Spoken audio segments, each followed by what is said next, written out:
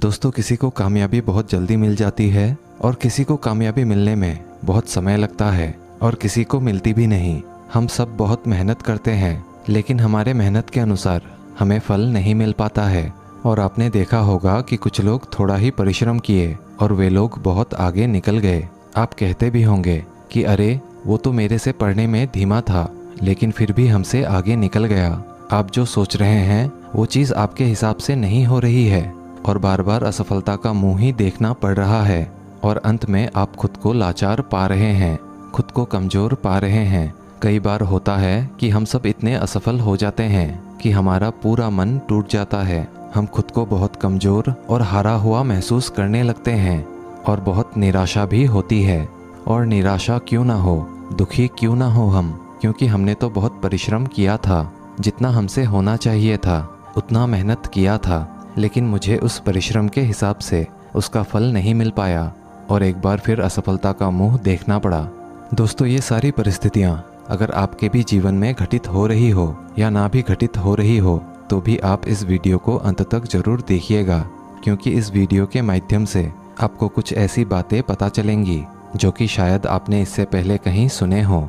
जो बातें मैं आपको बताने वाला हूँ वो सारी बातें आपको आपके जीवन के मुश्किलों से बाहर निकालने में मदद करेंगी। जैसे आज के समय में विद्यालय है, वैसे ही पुराने समय में आश्रम हुआ करते थे। उस समय के लोग अपनी शिक्षा ग्रहण करने के लिए आश्रम में जाया करते थे। उस समय हर शिष्य अपने गुरु का बहुत ही सम्मान करता था। प्राचीन समय में लोगों को किताबी ज्ञान से ज़्यादा व्यवहारिक ज्ञान सिखाया जाता था। प्राचीन समय में एक आश्रम था जिसमें विभिन्न प्रकार के विद्यार्थी अपने गुरु से शिक्षा ग्रहण किया करते थे। आश्रम के सभी बच्चे शिक्षा ग्रहण करने के बाद अपने अपने राज्य वापस लौट जाते थे। उन्हीं शिष्यों में राजबीर नाम का एक शिष्य था। वो भी अपने गुरु से शिक्षा ग्रहण करने के बाद अपने राज्य वापस लौट आता है। वापस लौटने के बाद सभी लोग अपने राज्य में अपने अपने कामों में वापस लग जाते हैं। धीरे धीरे समय बीतता गया। राजबीर और बड़ा होने लगा। उसके परिवार की दशा पहले से ही अच्छी नहीं थी। राजबीर के घर वालों ने भी यही सोचा था कि जब राजबीर आश्रम से शिक्षा ग्रहण करके वापस आएगा तो वह बहुत ही कामयाब बनकर आएगा, अच्छे से अपने परिवार का भरण पोषण करेगा। लेकिन राजबीर के साथ ये सारी बातें उल्टी हो रही थी। वो आश्रम से शिक्षा ग्रहण करके तो आया था, लेकिन जब वह काम की तलाश में दूर दूर जाता तो उसे कोई भी काम नहीं मिलता था।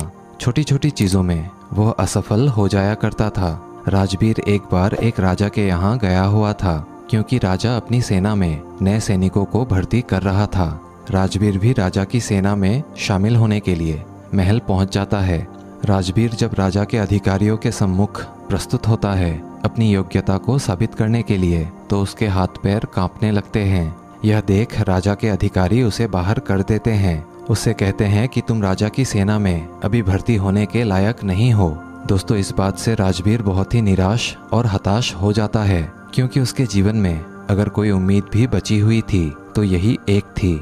इसके बाद वो अपने घर दुखी मन से वापस लौट आता है। घर वापस आने के बाद उसे पड़ोसियों के ताने सुनने पड़ते हैं। लोग कहते हैं कि राजबीर तो बहुत पढ़ा लिखा है, पर इसे कोई काम नहीं मिल रहा है।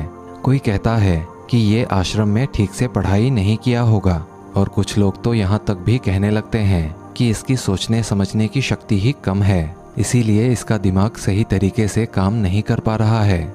मतलब लोग उसे तरह तरह के ताने मारते थे। इस बात से राजबीर बहुत ही ज़्यादा परेशान हो गया था। एक दिन उसके मन में आत्महत्या करने का विचार भी आने लगा।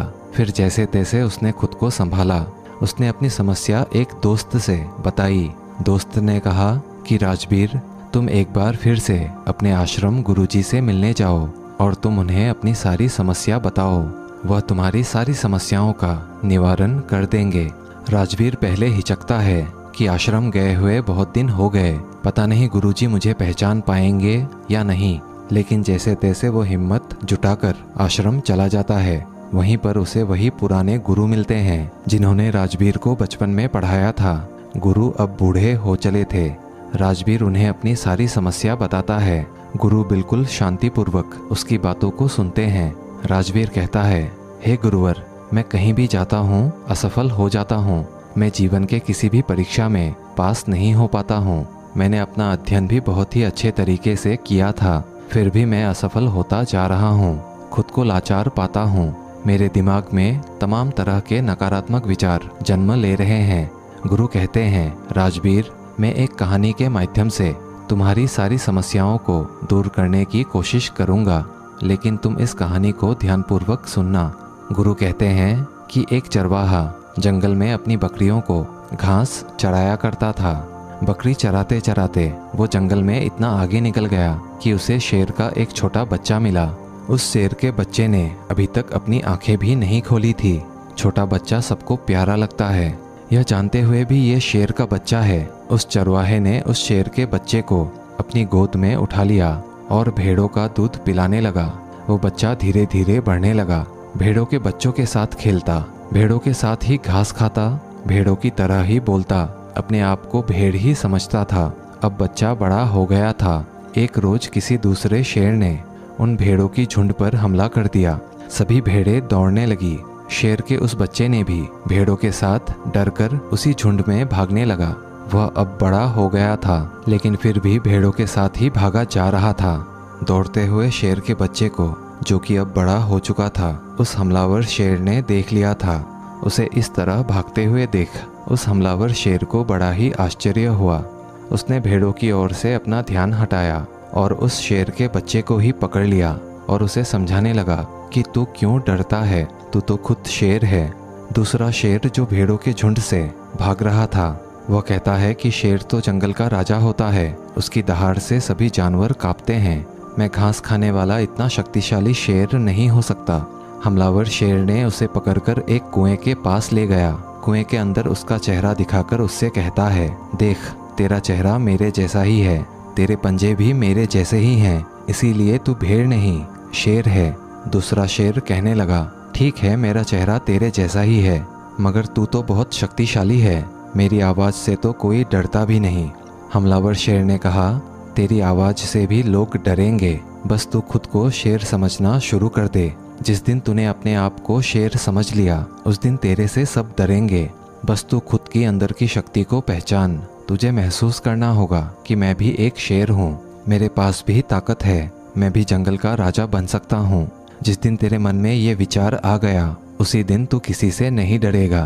तू डर इसीलिए रहा है, या फिर यूं कहें कि तू डर के इसीलिए भाग रहा था, क्योंकि तू खुद को भेड़ समझ रहा था। जब तक तू खुद को भेड़ समझेगा, तब तक तू भागता रहेगा, क्योंकि बचपन से ही तू खुद को भेड़ समझता आ रहा था और खुद को भेड़ समझने लग गया था। इसीलिए तू डर के भाग रहा था, क्योंकि बचपन से लोगों ने तुझे भेड़ ही समझा है, किसी ने तुझे शेर कहकर पुकारा ही नहीं, इसीलिए तू खुद को भेड़ समझने लगा। गुरु ने कहा, राजवीर, तुम्हारे भी जीवन में यही हो रहा है। तुम्हारे पास सारी योग्यताएं हैं, लेकिन तुम भी खुद को भेड़ ही समझ रहे हो। इसका सबसे बड़ा कारण ये है कि कोई तुम्हें प्रोत्साहित नहीं कर रहा कि तुम भी कर सकते हो। लोग तुम्हें बस अपनी नकारात्मक ऊर्जा ही दे रहे हैं। लोग तुमसे बस यही कह रहे हैं कि राजवीर ने पढ़ा नहीं है, राजवीर योग्य नहीं है, इसीलिए उसे कहीं पर भी कोई काम या नौकरी नहीं मिल रही है। तुम्हारे चाहने वाले, आस पड़ोस वाले असफलता का डर तुम्हारे दिमाग में भर दिए हैं। बचपन से वे लोग तुम्हें अयोग्य ही बोल रहे हैं और अयोग्य ही समझ रहे हैं। इससे तुम्हारी मानसिक दशा अयोग्य सी हो गई है। तुम कैद हो गए हो, तुम खुद को हारा हुआ महसूस करने लगे हो, क्योंकि लंबे समय तक जब किसी को अयोग्य या असफल बोला जाएगा तो उसका दिमाग सच में असफल और अयोग्य हो जाता है। वो खुद को कमज़ोर और लाचार समझने लगता है, क्योंकि लोगों ने उसे कमज़ोर और लाचार ही बोला है। इस दुनिया में प्रोत्साहित करने वाले लोग बहुत ही कम हैं। राजवीर, चारों तरफ लोग तुम्हें बस नकारात्मक ऊर्जा ही देंगे। वो तो चाहते हैं कि तुम जिंदगी में सफल ना हो, तुम भेड़ ही बने रहो, क्योंकि वे लोग तुम्हें भेड़ की ही तरह पालना चाहते हैं। उन्हें भी डर है कि अगर तुम शेर बन गए तो तुम उन्हें खा जाओगे, क्योंकि शेर से सब डरते हैं। अर्थात उन्हें डर है कि तुम जिंदगी में आगे निकल जाओगे। अगर जिंदगी में कोई व्यक्ति आगे निकलता है तो सबसे पहले पास पड़ोसियों को ही दुख दर्द होता है। सफल होने से पहले तुम खुद के अंदर बदलाव लाओ, खुद को शेर की तरह समझने का प्रयास करो। जिस दिन तुम खुद को शेर और योग्य समझने लगे, तुम्हें खुद पर भरोसा हो जाएगा, तो तुम खुद ही सफल हो जाओगे। गुरु कहते हैं कि राजवीर, अगर किसी बच्चे को बचपन से ही बोला जाएगा कि तू कुछ नहीं कर सकता, तू असफल हो जाएगा, तू गधा है, पढ़ाई भी सही से नहीं कर रहा है, तो जिंदगी में वो कुछ नहीं कर पाएगा, ये सभी बातें उसे भेड़ बना देंगी, क्योंकि वो बचपन से ही खुद को भेड़ समझने लग जाता है। यहाँ भेड़ से तात्पर्य ये है कि वो खुद को कमज़ोर और लाचार समझने लगता है। उसे लगता है कि वो जिंदगी में सफल ही नहीं हो सकता। लोग उसे खुद कमज़ोर बना देते हैं, लेकिन उसके दिमाग में अगर बचपन से ही बोला जाए कि तू शेर है, तू कर सकता है, तेरे अंदर बहुत ताकत है, तेरे अंदर बहुत हिम्मत है, दुनिया की कोई ताकत तुम्हें सफल होने से नहीं रोक सकती, अगर बचपन से ये सारे विचार उसके मन में डाल दिया जाए तो वास्तव में उसे सफल होने से कोई नहीं रोक सकता, क्योंकि उसके दिमाग में बस गया है कि वो सफल हो जाएगा। उसके दिमाग में ये सभी बातें बैठ जाती हैं, तो फिर ये ब्रह्मांड उसे खुद सफल बनाता है। बच्चा जब 7 साल का होता है तो लोग जो भी बोलते हैं, उसके इर्द गिर्द जो भी चल रहा होता है, वो ये सब बातें बहुत ही अच्छी तरह सुनता है और समझता भी है। गुरु कहते हैं कि उस 7 साल के बच्चे के अंदर अच्छे विचार, अच्छी सोच और उसके बारे में अच्छा बोला जाए, उससे अच्छा कहा जाए कि तू सब कुछ कर सकता है, तेरे में बहुत हिम्मत है, और सभी सकारात्मक विचार उसके दिमाग में डाल दिया जाए तो उसकी दिमाग की क्षमता बढ़ने लगती है, उसकी सोचने समझने की शक्ति बढ़ने लगती है, और ऐसे बच्चे अपने जीवन में आगे चलकर जरूर सफल होते हैं। कोई भी बच्चा कितना भी गधा क्यों ना हो, हमें उसे कभी भी गधा या कमज़ोर नहीं बोलना चाहिए। जब हम किसी बच्चे को कमज़ोर या लाचार बोलते हैं तो वह सच में अपने आप को खुद को लाचार और कमज़ोर समझने लगता है। वो समझने लगता है कि वो सच में कमज़ोर है। उसका दिमाग खुद को कमज़ोर समझने लगता है। उसे लगता है कि वास्तव में वो कुछ नहीं कर सकता, क्योंकि बचपन से उसे बोला जा रहा है कि तू यह है, तू वह है, तू यह नहीं कर सकता, तू वह नहीं कर सकता। तो यह तमाम विचार उसके मन में बैठ जाता है, तो वह इस विचार से आगे जीवन में कुछ सोच नहीं पाता है, वह भेड़ ही बन जाएगा। लेकिन वहीं पर अगर उसके दिमाग में बचपन से ही अच्छे विचार डाले जाएं, अच्छी सोच पैदा की जाए, तो आगे चलकर वह एक सकारात्मक ऊर्जा के साथ आगे बढ़ेगा। जब कोई व्यक्ति सकारात्मक ऊर्जा के साथ आगे बढ़ता है तो उसके जीवन में आने वाली सारी बाधाएं खुद ब खुद दूर हो जाती हैं। राजवीर, बचपन से तुम्हारे साथ भी यही हो रहा है। बचपन से ही तुम्हारे दिमाग में तुम्हारे गांव वाले नकारात्मक विचार भर दिए हैं, जिससे कि बड़े होकर भी तुम यही सब सोच रहे हो। तुम बिना डरे हुए खुद को पहले सकारात्मक ऊर्जा से भरो। जब तुम खुद को सकारात्मक ऊर्जा से भर दोगे तो फिर तुम अपने आप ही सफल हो जाओगे। सफलता के द्वार तुम्हारे लिए खुलने लगेंगे। गुरु कहते हैं कि कहीं पर जाने से, कुछ भी करने से पहले अपने मन को सकारात्मक ऊर्जा से भरो।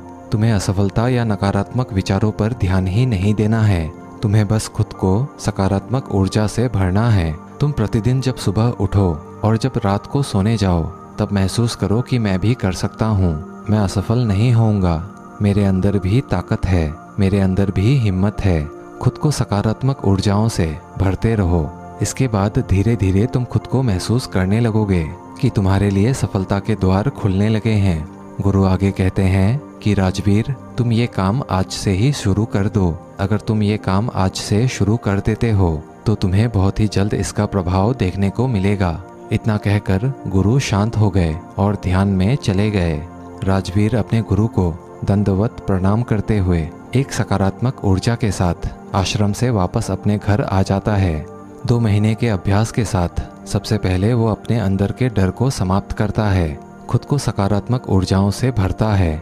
ऐसे ही एक दिन राजा के सैनिक उसके गांव आते हैं और बोलते हैं कि राजा की सेना में कुछ नए सैनिकों की जरूरत है। इसके लिए जो राजा की सेना में भर्ती होना चाहता है, सैनिक बनना चाहता है, वह ठीक 5 दिन बाद राजा की सेना में भर्ती होने के लिए वहां आकर अपनी योग्यता का प्रमाण देकर सेना में भर्ती हो सकता है। ठीक 5 दिन बाद कड़ी मेहनत के बाद राजवीर अपनी योग्यता का प्रमाण देने के लिए राजमहल पहुंच जाता है। राजा के सैनिक जब उसे देखते हैं, इस बार उसमें एक अलग प्रतिभा, एक अलग उत्साह, एक अलग सकारात्मक ऊर्जा उसमें दिख रही थी। वो पहले से डर नहीं रहा था। इस बार राजवीर अपने सभी परीक्षाओं में पास हो जाता है। राजा की सेना में वो भर्ती भी हो जाता है। जब राजवीर के घर वालों को ये बात पता चली तो वे सब बहुत ही खुश हो गए। दोस्तों, गुरु के माध्यम से आज हमें ऐसी बातें पता चली जो कि हमारे लिए किसी वरदान से कम नहीं है। दोस्तों, आशा करते हैं इस वीडियो से आपने बहुत कुछ मूल्यवान सीखा होगा। कहानी अगर अच्छी लगी हो तो वीडियो को एक लाइक, और अगर आप चैनल पे नए हैं तो चैनल को सब्सक्राइब भी कर ही लीजिएगा। मिलते हैं अगले वीडियो में ऐसी ही महत्वपूर्ण कहानी के साथ। तब तक के लिए धन्यवाद।